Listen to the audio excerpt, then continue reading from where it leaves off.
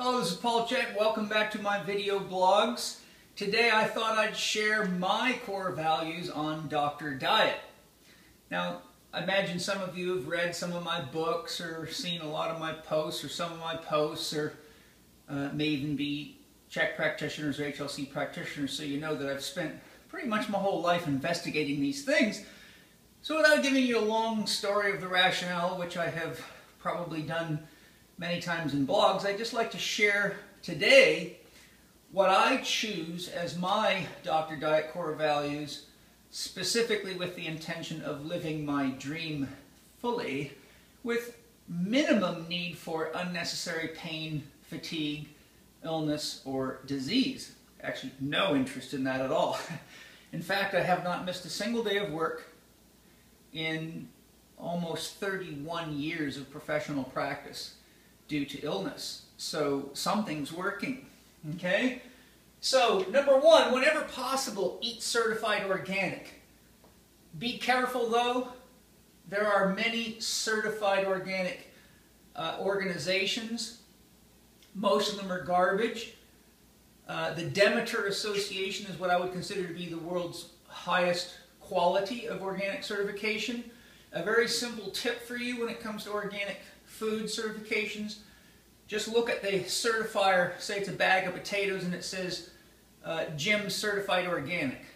Go on the internet, type in Jim Certified Organic, call them, pretend you're a person moving to the area to start a new farm, or you've just are interested in buying a farm and you wanted to go organic.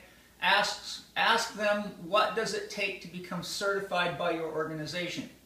If the only requirement is money and paperwork, but there's no investigation of your farm property and no sampling of your soils, followed by a lab test, followed by support from the organization to balance your soil minerals and identify what toxins are in the soil, followed by a 2-year gestation period where you have to grow under the guidelines of organic farming and then have your soil retested to make sure the soil is safe, it is not a legitimate organic certification. In other words, if all it takes is money, it's bogus.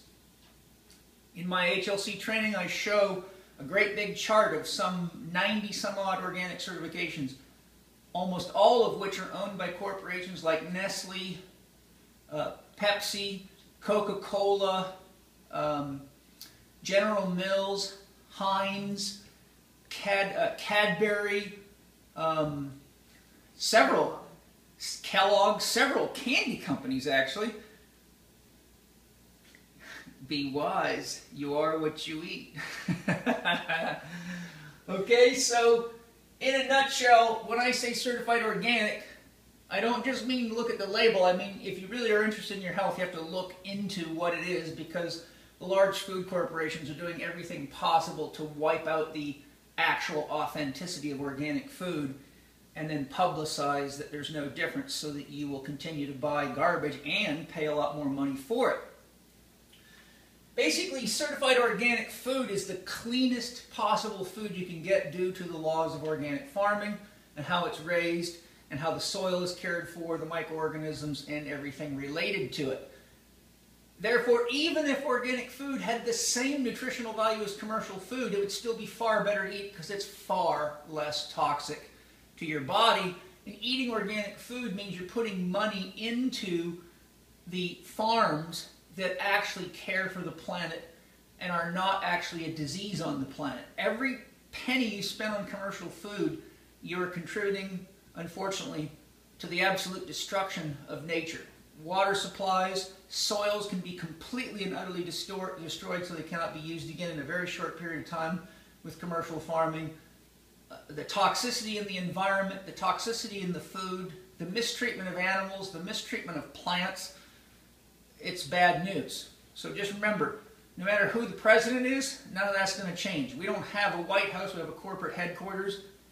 Voting doesn't make a damn bit of difference in most cases, but how you spend your money, that's the only vote there really is. For me, it's high quality organic food. If you can't find certified high quality organic food, the best thing to do is go to a local farmer's market or call the local business bureau or look in the phone book for farmers associations. Find out who your organic farmers are. Find out who the organic butchers are. Find out who's farming organically at your weekend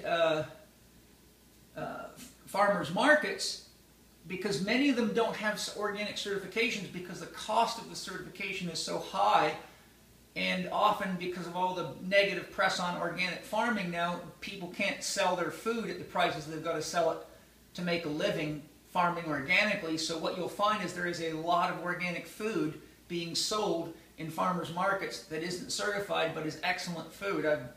I test this everywhere I go. I live all over the world on the road, and I've eaten from organic farmers in farmers markets in more countries than I can list, and the food can be absolutely beautiful. Biodynamic is the gold standard of organic. So if you're looking for the very best, look for biodynamic farms. Demeter is a biodynamic farming association. So organic produce, as much fresh food as you can eat. Free range animals, because they have exercise and they're in their natural environment. If you go to westonAprice.org, you can look into papers there that look at the fat percentages of mono, poly, and saturated fats, and they look at the breakdown of commercially raised animals versus wild animals, and you can see that the difference in the fat structure or the fat composition in the animal that's free range or wild is significantly different than the same animal raised in commercial environments. So just looking at that alone, and if you have enough knowledge of nutrition and fats and how they work in the body, you will see that eating commercially raised animals is not anything like eating the actual animal. And having done a lot of this research myself, I can tell you many of the fears about red meat and all that animal consumption is largely because of the illnesses related to eating commercial animals, not healthy animals raised humanely. Free-range animals and wild-caught fish. Fish farms are some of the most poorly regulated farming systems in the world, with almost no regulation whatsoever.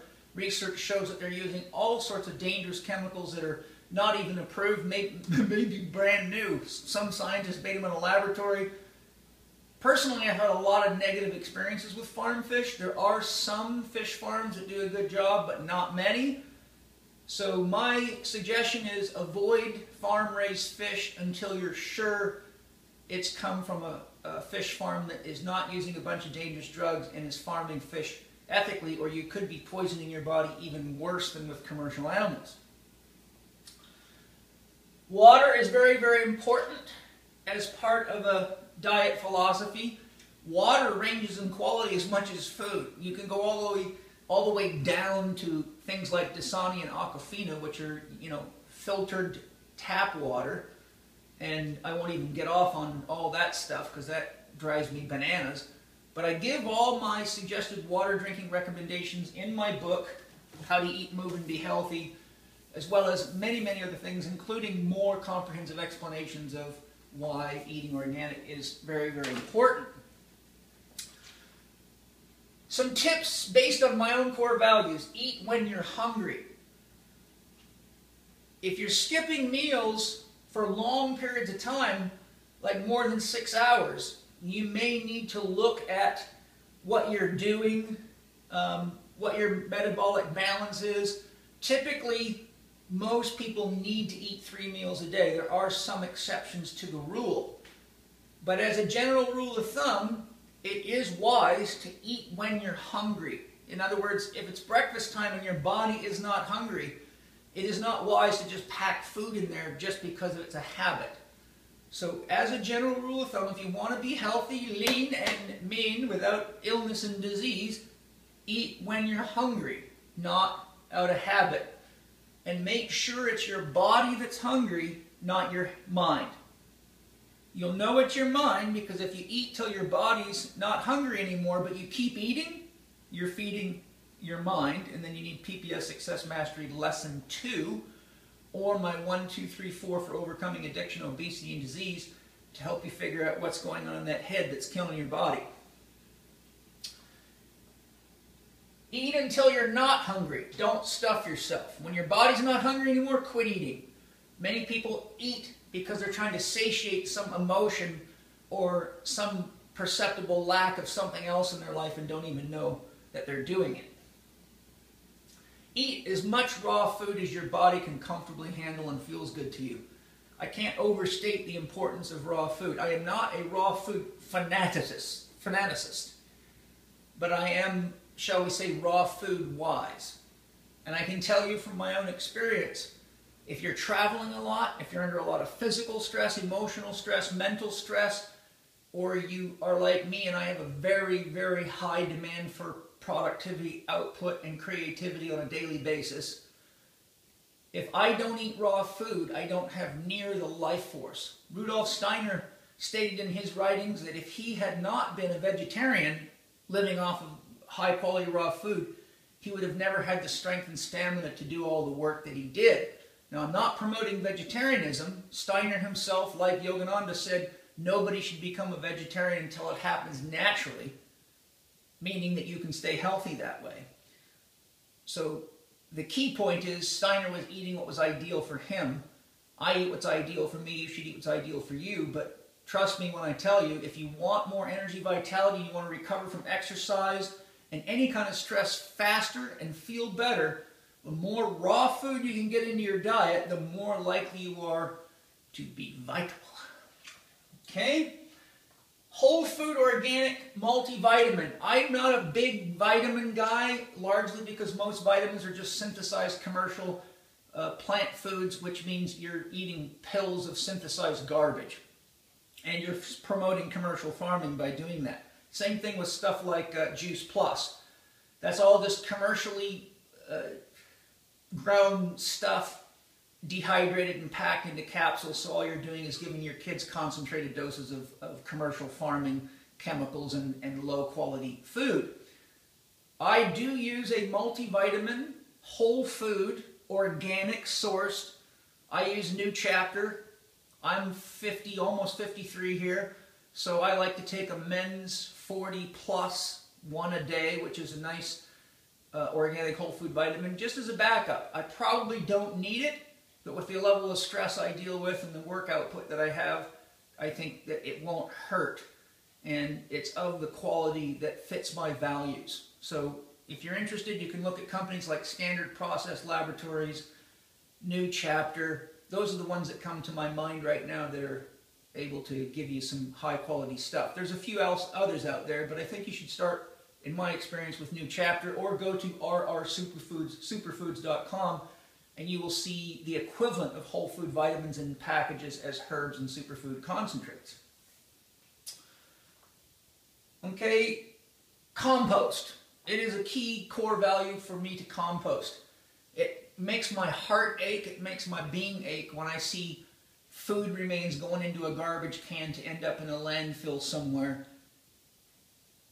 That's sad. That's sad. Anybody that knows about the closed organic cycle, knows how the soil works and how nature works, knows that that's a very, very big mistake we're making. So those are my values, and I'd like to close by saying you can grow your own food even in your backyard, even in apartment buildings on the patio, and even on kitchen sinks. Look into home farming or home gardening, it's often referred to. Recently I did a little post with Eric Hulse showing his little beautiful home garden. You can look at that, but look into it. You'd be amazed at what you can grow in your backyard. My wife and I have a little garden plot. One of those beds that my wife put in there isn't any bigger than about a twin bed. And the amount of food that comes out of that box is mind-blowing, and the quality is excellent. So why worry about the quality of food and all the organic certification gimmicks and all that crap when you can grow a lot of food in a very small area, and you get to put your own love, your own attention. It's fun for your kids.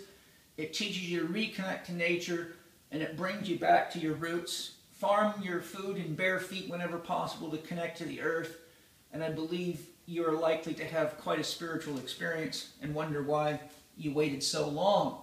So my final comment for today is, remember, you are what you eat, and you are what you do not excrete. So not only are you making your cells out of what you're eating, but what you cannot run properly through your detoxification systems, those toxins are largely stored in the fat of your body, and if your fat can't handle them, they get into your nervous system and your organs and cause all sorts of trouble. So think of all the people out there, for example, with heavy metal poisoning from mercury amalgam fillings, whose brains aren't working right, who have hypersensitive immune systems, skin problems, allergies, concentration problems, digestive disorders, sexual disorders, all from mercury poisoning, and I've seen piles of this kind of stuff. The point is, they ate the mercury, but they cannot excrete the mercury. They may have got it from fillings, they may have got it from vaccinations, they may have got it from food. It doesn't matter, mercury is only an example. But remember, not only are you what you eat, you are what you don't excrete, and if you're eating commercially raised food, you're eating very toxic food, and your body is not likely to be able to process that because it takes quite a good diet on a consistent basis to provide a wide enough variety of high enough quality nutrients in order to effectively support your detoxification systems.